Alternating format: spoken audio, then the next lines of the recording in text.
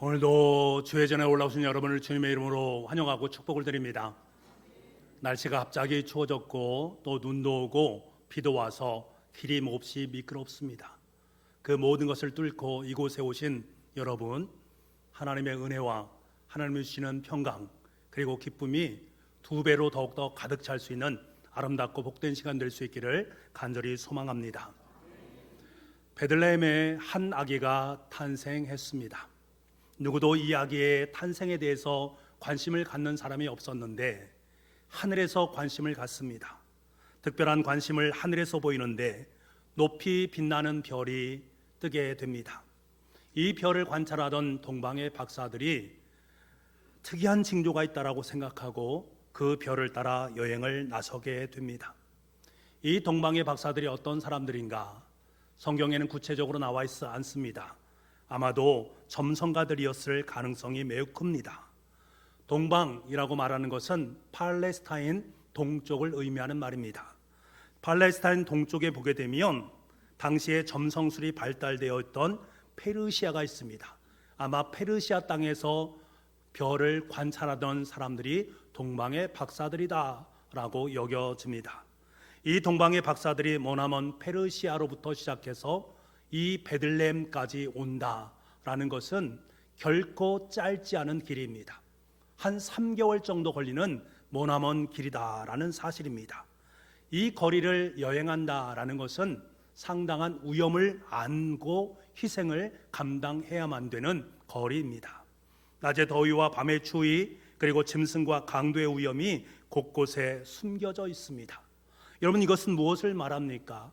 이 여행은 생사를 거는 여행인 것을 알 수가 있습니다.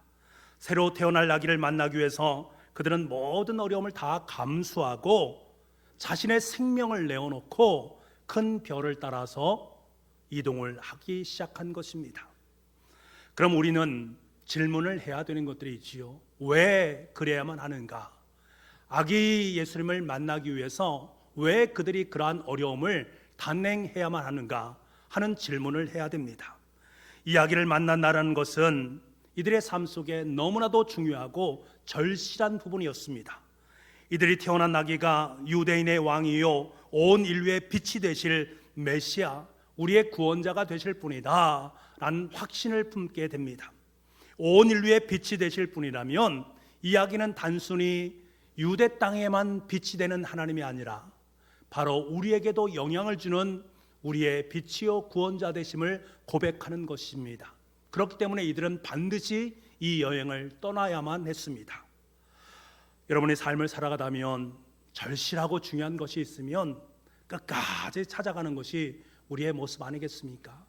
먹는 것을 잘한다라는 집을 알면 산골짜기에 있어도 내비게이션을 켜서 그곳까지 찾아가야만이 즉성이 풀리는 우리의 모습 아니겠습니까? 마찬가지의 모습이다라는 거예요. 시편 23편의 말씀을 보게 되면 목자 되신 예수님에 대해서 우리에게 말씀합니다. 예수님은 우리의 목자가 되시고 우리는 양이다라는 고백을 합니다. 양에게 가장 절실한 것은 무엇이겠습니까? 먹고 마시는 문제 아니겠습니까? 푸른 풀밭과 쉴 만한 물가입니다. 그런데 중요한 것은 그 양들이 그것을 찾을 수 없다라는 거예요. 그래서 반드시 목자가 필요합니다. 그러니까 주님이 우리의 목자가 된다라는 것은 곧 무엇을 말하는가? 내 생명과 직결된다라는 것입니다. 내가 그 목자 대신 예수님을 따라가지 않는다면 내 생명을 이어갈 수 없는 것입니다. 나는 목숨을 다해서 예수님을 따라갈 수밖에 없는 양이다라는 사실입니다. 목숨을 다해서 목자를 따를 수밖에 없는 양이다. 여러분, 목숨을 다하고 계십니까? 주님을 따르는 일에 여러분의 목숨을 다하고 계십니까? 행여 여러분에게 이 말씀이 부담으로 느끼시는 분이 계시다면 아직은 주님의 양이 아닙니다. 아직 인생의 절실함을 경험해 보지 못한 분들이다라고 할 수가 있습니다. 우리는 양이 목자를 따르듯이 예수님을 믿고 따라가야 됩니다. 예수님께서 우리를 어느 곳으로 이끌든지 그것이 죽음의 골짜기라 할지라도 우리는 주님을 따라가야 됩니다. 왜? 내 생명과 직결되어 있기 때문에 그렇습니다. 가장 절실한 필요가 예수님이시고 가장 중요한 생명의 원천이 예수 그리스도이기 때문에 그렇습니다. 그럼 우리는 고백해야 되는 거예요. 주님께서 어디로 인도하시든지 나는 주님을 따라가겠습니다. 내 생명을 내놓고 주님을 따르겠습니다. 고백할 수 있는 저와 여러분 될 수 있기를 간절히 소망을 합니다. 이러한 심정으로 이 동방의 박사들은 별을 보면서 길을 나섰다라는 사실입니다. 그들은 험한 길을 걷고 또 걸었습니다. 그리고 마침내 예루살렘에 도착을 하게 됩니다. 당시의 수도격에 해당되는 유대인들이 있는 예루살렘 성에 그들이 오는 것은 너무나 당연한 것입니다. 예루살렘에 방문해서 이들은 유대인들에게 묻습니다. 유대인의 왕으로 나실 이가 어디 계시느냐? 내가 그분을 찾기 위해서 그의 별을 보면서 이곳까지 오게 되었는데, 그를 경배하러 왔는데 그 아기가 어디에 있느냐라고 묻습니다만 예루살렘 성에서는 그것을 아는 사람이 아무도 없습니다. 너무나 아이러니하지 않습니까?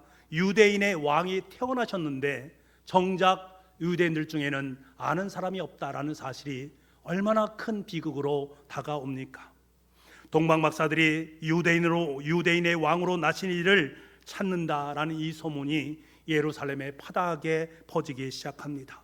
헤롯 왕과 온 예루살렘이 듣고 소동하기 시작합니다. 그 당시에 헤롯이 유대를 통치하고 있었습니다만 당시 유대는 독립국이 아니라 단순히 한 행정구역에 불과했습니다. 로마의 한 행정구역에 불과한 그런 곳이었다라는 사실입니다. 헤롯 자신도 유대인이 아닌 로마로부터 발령 나온 왕이었습니다. 혈통도 유대 혈통이 아니었습니다. 그러니까 이 헤롯은 로마 정부의 꼭두각시 역할을 감당했던 사람이었습니다. 유대인들의 입장에서는 이런 헤롯을 왕으로 모시는 것이 대단히 불편했습니다. 그래서 그들에게 소망이 있는데 새로운 왕이 좀 나타났으면 좋겠다. 새로운 왕 메시아가 나타나서 로마를 완전히 정복하고 이스라엘 민족을 회복하고 유대인 순수 혈통인 그 사람이 왕이 되었으면 좋겠다라는 생각을 품고 있었습니다. 이런 상황 속에서 동방 박사들이 예루살렘에서 새로 태어날 유대인의 왕이 나셨다라는 말을 하니까 얼마나 흥분되고 얼마나 소동이 일어났겠습니까? 특히 당시의 왕이었던 헤롯의 입장에서는 이 일이 예산 일이 아닙니다. 헤롯은 자신이 유대인의 혈통이 아니라는 이유로 왕으로서의 정통성을 인정해 주지 않는 유대인들에게 마음이 참 불편해 있었습니다. 그것이 참 어려운 상황 속에 있었고 불안함을 가중시키는 일이 바로 그것이었습니다. 그런데 왕이 될 아이가 태어났다라는 소식을 헤롯이 듣게 되니 그 헤롯의 입장에서는 얼마나 불편한 마음이었겠습니까? 그래서 헤롯 왕은 대지상과 백성의 서기관들을 불러 모아서 왕이 도대체 어디에서 태어날 것이냐, 너희들이 말하고 있는 유대인의 왕이 어디에서 태어날 거냐, 성경을 샅샅이 뒤져보라 라고 명령을 내리게 됩니다.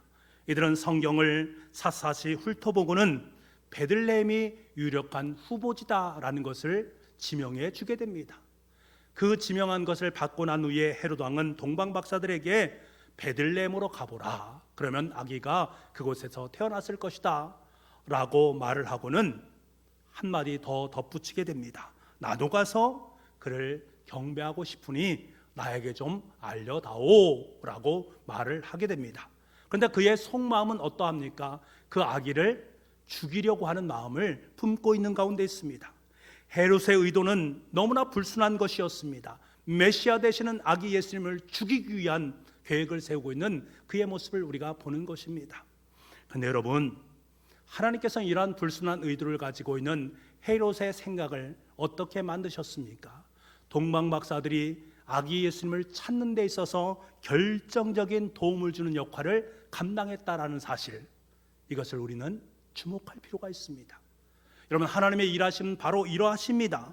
사람들은요, 때로는 불순한 의도를 가지고 어떤 목적을 이루려고 합니다. 마치 그것이 하나님의 뜻인 양 유용하고 합리적인 방법이라고 말합니다. 아기 예수님을 죽이려는 마음을 숨긴 채 대의를 위한 것이다 라고 말을 하곤 합니다. 하지만 하나님은 그 중심을 보십니다. 불순한 그 의도를 보시면서 그 의도를 거룩한 하나님의 뜻으로 완전히 역전시켜 나가십니다. 이스라엘 백성들은 광야를 지나면서 먹을 양식이 없습니다. 얼마나 불편합니까? 그래서 하나님 앞에 하나님 먹을 거 달라고 이야기합니다. 원망과 불평을 쏟아내고 있습니다. 모세에게도 원망하고 불평합니다. 불순한 의들을 마음속에 품고 하나님을 원망하고 있는 그들. 그런데 하나님은 그것을 사용해서 어떻게 역전시키십니까? 도리어 그들에게 만나라는 아름다운 양식을 허락해 주십니다. 백성들은 물이 없음으로 말미암아 또다시 하나님과 모세를 원망하고 있습니다. 더 이상 가나안 땅으로 나아갈 수 없다라고 널브러지는 그들의 모습을 보게 됩니다. 모세에게 항의합니다. 그러자 모세의 마음속에 내가 지금까지 이스라엘 백성들을 이렇게 이끌었는데 내 마음을 못 알아주느냐, 나도 도저히 못하겠다라고 그도 또한 하나님을 원망하는 가운데 있습니다. 원망과 불순한 의도가 마음속에 가득 차 있는 그들의 모습을 우리가 만나게 됩니다. 그런데 하나님의 모습은 어떠합니까? 그러한 상황 가운데 있는 그들을 역전시켜 주심으로 말미암아 반석 위에서 물이 넘치는 은혜의 기회로 삼는 역전의 하나님을 우리는 만나게 됩니다. 여러분, 우리가 어떤 사역을 행하는 데 있어서 때로는 불편함을 느낄 수 있습니다. 마음에 들지 않을 수도 있습니다. 그래서 때로는 마음속에 헤롯 같은 마음을 품게 됩니다.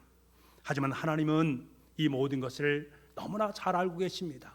도리어 그것을 역전시키셔서 이들의 생각을 도리어 아기 예수님을 찾는 전환점으로 삼는다라는 사실, 그 하나님의 위대한 역사가 우리와 함께하고 있다라는 사실, 그것이 바로 하나님의 일하심입니다.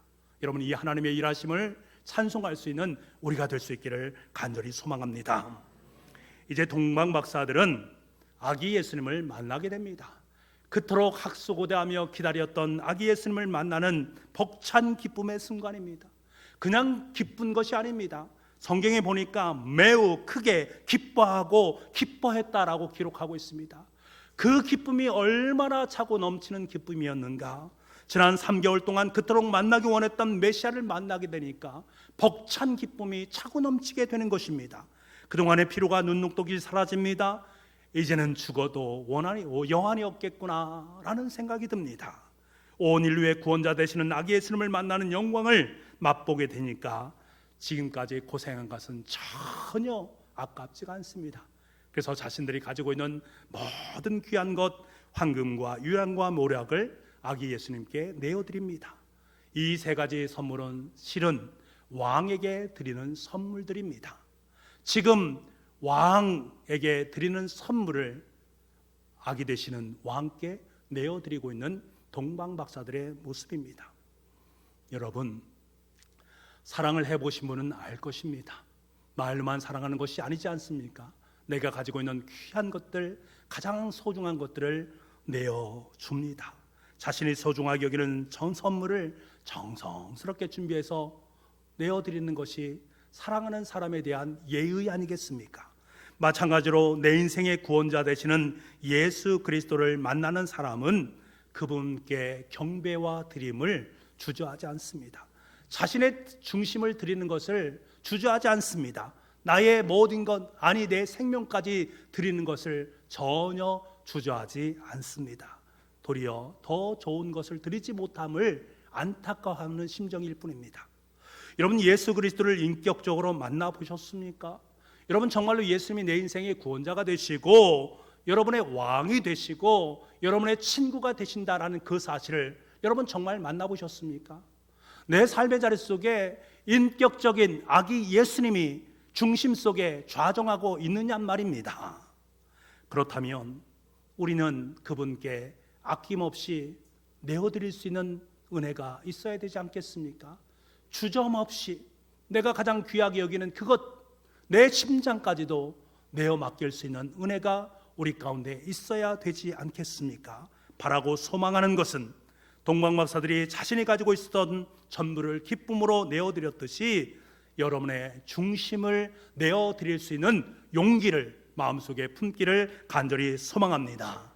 여러분이 값지다라고 여기는 그것을 내어드릴 때에 아기 예수님은 여러분의 인생 속에 더 값지고 더 귀한 보배합을 여러분의 삶 속에 허락해 주실 줄 믿습니다. 이것을 마음껏 받아 누릴 수 있는 복의 사람들 다 될 수 있기를 간절히 소망합니다.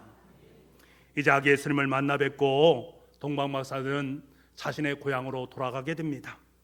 헤롯의 속셈을 잘 몰랐던 이들에게 하나님께서 꿈속에 나타나셔서 헤롯에게로 돌아가지 말라라는 지시를 받게 됩니다. 그래서 12절에 보니까 다른 길로 자기 나라에 돌아갔다라고 되어 있습니다. 돌아가는 이들의 마음은 과연 어떠했을까? 아마 세상을 다 얻은 것 같았을 것입니다.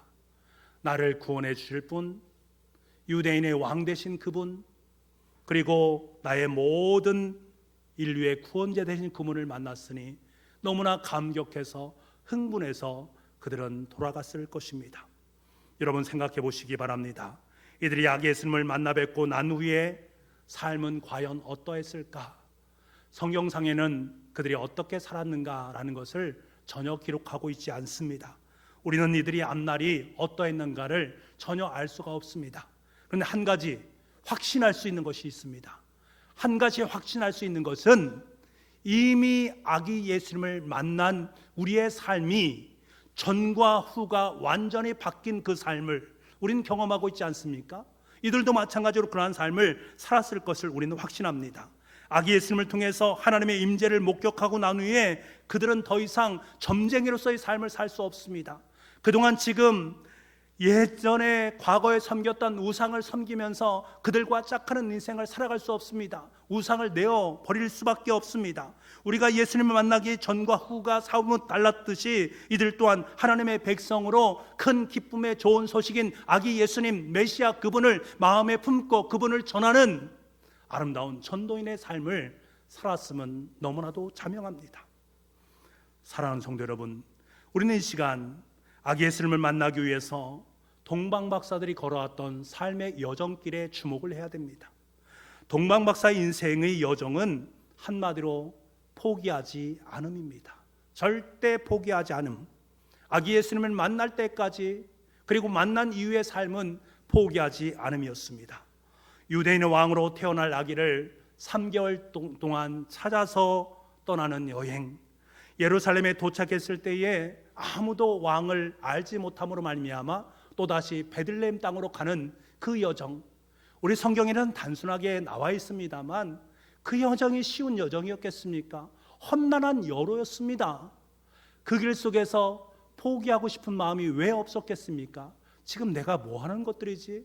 왜 우리가 이렇게 고생하는 거지? 라고 포기할 수 있습니다만 그들은 끝까지 포기하지 않고 아기 예수님을 만나게 됩니다. 그리고 아기 예수님을 만난 후에 그들은 또다시 3개월 동안 고국 땅으로 돌아가야 됩니다. 그곳에서 점술설가로 살아가는 것이 아니라 이제 예수님을 전하는 전도인의 삶을 살아가야 됩니다. 얼마나 힘들겠습니까? 예수님을 아는 사람이 없습니다. 그 가운데 주님의 복된 복음의 소식을 전한다라는 것, 많은 힘듦과 어려움이 있었을 것입니다. 포기하고 싶은 상황도 있었을 것입니다만 흔들리지 않습니다. 포기함 없이 굳건하게 예수님의 제자로 살아갔을 것입니다. 왜? 성령 하나님께서 그렇게 할 수 있도록 인도해 주셨을 것입니다. 중요한 것은 이러한 동방박사들의 인생의 여정이 우리에게 무엇을 말해주느냐 하는 것입니다. 이 동방박사의 여정이 저와 여러분에게 무엇을 말해주는가? 바로 우리의 믿음의 여정길을 말해줍니다. 우리의 믿음의 여정길입니다. 처음에는 우리도 예수님에 대한 소문을 듣게 됩니다. 처음에는 긴가민가하고 의심도 많이 있고 잘 믿어지지 않습니다. 2000년 전에 이 땅에 오신 아기 예수님이 나를 구원하신다고? 정말 그 말이 맞는 거야? 아니, 한 번도 남자를 알지 못한 채 성령으로 잉태했다고? 말이 되는 소리야? 라면서 의심할 수 있단 말입니다. 그런데 한편으로는 예수님을 믿으면 구원을 받는다는데, 예수를 믿고 저 사람이 저렇게 행복하고 기뻐하는데 나도 한번 그 예수 믿어볼까? 믿져야 본전 아니겠어? 하는 마음이 들기도 합니다. 마치 동방박사들이 천체를 보다가 이상한 별을 발견한 후에 이를 확인하기 위해서 길을 떠날까 말까 하는 마음을 품었을 것 아니겠습니까? 100% 확신 그것을 마음속에 품었겠습니까? 처음에는 긴가민가한 마음으로 출발을 했을 것입니다. 마찬가지의 모습이다라는 거예요. 여러분, 그래서요, 이 믿음이란 것은, 신앙이란 것은 결단입니다. 아기 예수님을 향해 나아가는 결단이란 말입니다. 때로는 확신이 들지 않을 수 있습니다. 정말 아기 예수님이 하나님의 아들이란 말인가? 정말 아기 예수님이 나를 구원해 줄 수 있는가? 라는 마음이 내 삶 속에 들어올 수 있습니다만, 우리는 결단을 하고 아기 예수님을 찾아 떠나는 여행에 동참할 수 있는 그 은혜가 우리 가운데 있어야 됩니다. 여러분, 분명히 기억하시기 바랍니다. 유대인의 왕이 태어났다라는 사실, 아는 것만으로 만족되어서는 안 됩니다. 헤롯도 그 사실을 알았고요, 대제사장과 서기관들도 잘 알고 있었습니다만 아기 예수님을 찾아 떠나는 여행을 함께 참여하지 않았습니다. 아기 예수님을 찾아가 직접 만난 사람은 동방의 점선술가들 뿐이었다라는 사실입니다. 그러면 아기 예수님을 만나기로 결단하고 아기 예수님을 만난 것으로 모든 것이 끝난단 말인가? 그렇지 않습니다. 신앙의 여정은 3개월 정도나 걸리는 끝도 없는 길을 걸어가는 것입니다. 그리고 이후에 3개월 정도 되는 거리를 또다시 나아가는 길입니다. 그 길은 험로입니다. 때로는 포기하고 싶은 마음이 들기도 합니다. 여러분, 신앙의 여정은 순탄한 여정이 아닙니다. 여러분의 인생 속에 믿음을 성장을 방해하는 요소들이 너무나 많이 있습니다. 사단은 끊임없이 우리의 믿음이 성장되는 것을 방해하기 위해서 여러 가지 이유를 대면서 우리를 끝없이 유혹을 하게 됩니다. 때로는 우리의 삶 속에 고난이란 녀석이 닥쳐오는 말미암아 믿음의 여정의 길을 포기하고 싶은 때도 있단 말입니다. 하지만 성령님은 우리를 끝까지 붙잡아 주십니다. 마치 동방 박사들이 길을 환하게 밟히는 큰 별이 그들의 길을 인도했듯이 여러분의 인생의 길을 성령 하나님께서 인도해 주고 계시다라는 사실을 위로해 주시고 보호해 주시고 힘을 주심으로 말미암아 끝까지 아기 예수님께로 나아갈 수 있도록 우리의 길을 밝혀 주신다라는 사실을 알아야 됩니다. 그리고 마침내 우리는 아기 예수님을 만나는 황홀한 체험을 하게 됩니다. 그때부터 우리의 인생은 완전히 변하게 되어집니다. 완전히 새로운 삶이 우리의 삶 속에 펼쳐지게 됩니다. 누구든지 그리스도 안에 있으면 새로운 피조물이라 이전 것은 지나갔으니 보라 새 것이 되었도다. 그리스도 안에 있으면, 이 말은 무엇입니까? 우리가 아기 예수님을 만나게 되면 아기 예수님께서 나의 구원자가 되시고 하나님의 아들이다라는 사실의 확신이 내 마음속에 들어오게 되어지면, 하나님을 인격적으로 만나게 되면 그때부터 우리의 신앙의 길은 한층 더 성숙한 아름다운 신앙의 길로 나아갈 수 있습니다. 어떤 유혹이 우리를 엄습한다 할지라도 굳건하게 주님께서 허락하신 그 길을 걸어갈 수 있습니다. 아기 예수님을 만남으로 말미암아 그토록 우리를 괴롭혔던 죽음과 죄와 심판의 문제가 완전히 해결되기 때문입니다. 여전히 신앙의 여정에는 우리를 어렵게 만드는 일들이 출몰하고 있습니다만 우린 도리어 이 모든 것들로부터 참된 자유함을 누리게 되어 있습니다. 왜? 아기 예수님께서 내 마음에 좌정하고 계시기 때문입니다.